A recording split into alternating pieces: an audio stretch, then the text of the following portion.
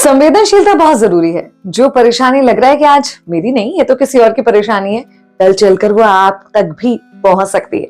मैं हूं विनी आपके साथ और इस बात को आइए एक कहानी से सुनते हैं। ये कहानी है एक व्यक्ति के घर की, जिस व्यक्ति के घर में एक चूहा बड़े मजे से रहा करता था। वो व्यक्ति और उसकी पत्नी घर में रहते थे। कई बार चूहे से परेशान भी हो जाते थे क्योंकि उनके सोते ही चूहा किचन में उथल पुथल मचा देता था।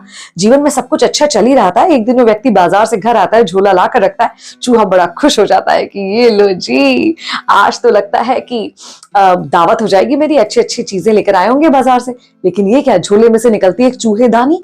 अब वो बहुत डर जाता है। उसे लगता है कि चूहेदानी मतलब मेरा अंत समय आ गया है। उस घर के बाड़े में एक बकरा रहता था। ये बकरे के पास जाता है और कहता है कि सुनो, चूहेदानी आ गई है, अब मेरा क्या होगा। तो बकरा कहता है कि अब जो भी होगा मैं कर ही क्या सकता हूँ। चूहा का तो एक दिन यही अंजाम होता है। उस घर में एक मुर्गा भी पला हुआ था। ये मुर्गे के पास जाता है और कहता है कि देखो यार, चूहेदानी आ गई है, मुझे बहुत डर लग रहा है, कभी भी मेरा अंत समय आ सकता है, यहाँ से मुझे अलविदा कहना पड़ेगा। तो मुर्गे ने भी कुछ खास दिलचस्पी नहीं ली इस बात में कि मुझे क्या, चूहेदानी आई है तो हाँ, तुम्हारे लिए चिंता का विषय, करो चिंता। अब रात में जब वो चूहेदानी रखी जाती है तो गलती से उसमें चूहे की जगह एक सांप फंस जाता है। अब उस आदमी की पत्नी जब आती है और सोचती है कि चूहेदानी में चूहा होगा, अंधेरे में चूहेदानी के पास चली जाती है तो सांप उसे काट लेता है।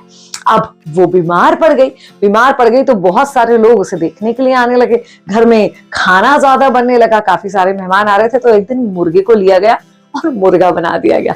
ये लो जी, जाते जाते मुर्गा बोला, चूहे भाई मुझे नहीं पता था कि चूहेदानी तुम्हारा नहीं, पहले मेरा अंत कर देगी। उसके बाद हुआ यूं कि इतनी दिनों के इलाज के बाद भी उसकी पत्नी बच नहीं पाई, उसकी मृत्यु हो गई। मृत्यु के समय बाद जब भोज हुआ तो बकरे को भी काट दिया गया। अब बकरे को एहसास हुआ कि मुझे लग रहा था कि चूहादानी मेरी परेशानी नहीं, लेकिन ये तो मेरी परेशानी बन गई। हम लोग एक समाज में रहते हैं, हम एक सामाजिक व्यक्ति हैं। आज की तारीख में कुछ और लोगों को किसी परेशानी में देखकर हम ये सोच सकते हैं कि हमें क्या, हमारे लिए तो है नहीं ये परेशानी, हम अपने आप को उससे बहुत अलग महसूस करते हैं। लेकिन एक समाज में रहने के नाते हम लोग एक दूसरे से जुड़े हुए हैं, कनेक्टेड हैं। कौन सी परेशानी कब आप तक पहुंच जाएगी, हम और आप नहीं कह सकते। इसलिए जब भी कुछ गलत होता देखें, साथ में आवाज उठाएं, साथ में आगे आए। मैं हूं विनी आपके साथ।